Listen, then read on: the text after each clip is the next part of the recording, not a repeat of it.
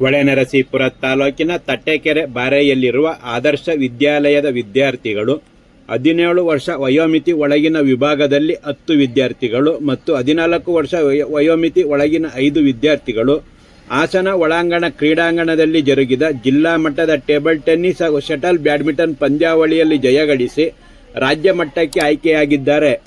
ಹಾಸನದ ಒಳಾಂಗಣ ಕ್ರೀಡಾಂಗಣದಲ್ಲಿ school game foundation of India ಆಯೋಜನೆ ಮಾಡಿದ್ದ ಜಿಲ್ಲಾ ಮಟ್ಟದ ಪಂದ್ಯಾವಳಿಯಲ್ಲಿ ಆದರ್ಶ ವಿದ್ಯಾಲಯದ ವಿದ್ಯಾರ್ಥಿಗಳು ಅಂಡರ್-17 ಬಾಲಕರ ಟೇಬಲ್ ಟೆನ್ನಿಸ್ ವಿಭಾಗದಲ್ಲಿ ಭವಿಷ್ ಜೆ, ಚಿರಂತ್, ಹರ್ಷವರ್ಧನ್, ಶೇಖ್, ಸುಫಿಯಾನ್ ಹಾಗೂ ತೋಷಿಫ್ ಕುಮಾರ್ ಪ್ರಥಮ ಸ್ಥಾನ ಗಳಿಸಿದ್ದಾರೆ. ಹಾಗೂ ಅಂಡರ್-17 ಬಾಲಕಿಯರ ಟೇಬಲ್ ಟೆನ್ನಿಸ್ ವಿಭಾಗದಲ್ಲಿ ಜೀವಿತಾ ಎಸ್, ಮಾನಸ ಹಾಗೂ ವಿಜಯಕುಮಾರಿ ದ್ವಿತೀಯ ಸ್ಥಾನ ಗಳಿಸಿದ್ದಾರೆ.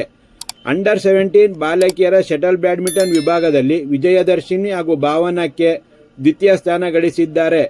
ಅಂಡರ್-14 ಬಾಲಕರ ಟೇಬಲ್ ಟೆನ್ನಿಸ್ ವಿಭಾಗದಲ್ಲಿ ಹರಿ ಕೌಸ್ರಬ್ ಎಚ್ ದ್ವಿತೀಯ ಸ್ಥಾನ ಗಳಿಸಿದ್ದಾರೆ. ಅಂಡರ್-14 ಬಾಲಕಿಯರ ಟೇಬಲ್ ಟೆನ್ನಿಸ್ ವಿಭಾಗದಲ್ಲಿ ಧನ್ವಿತಾ ಆರ್ ದ್ವಿತೀಯ ಸ್ಥಾನ ಗಳಿಸಿದ್ದಾರೆ.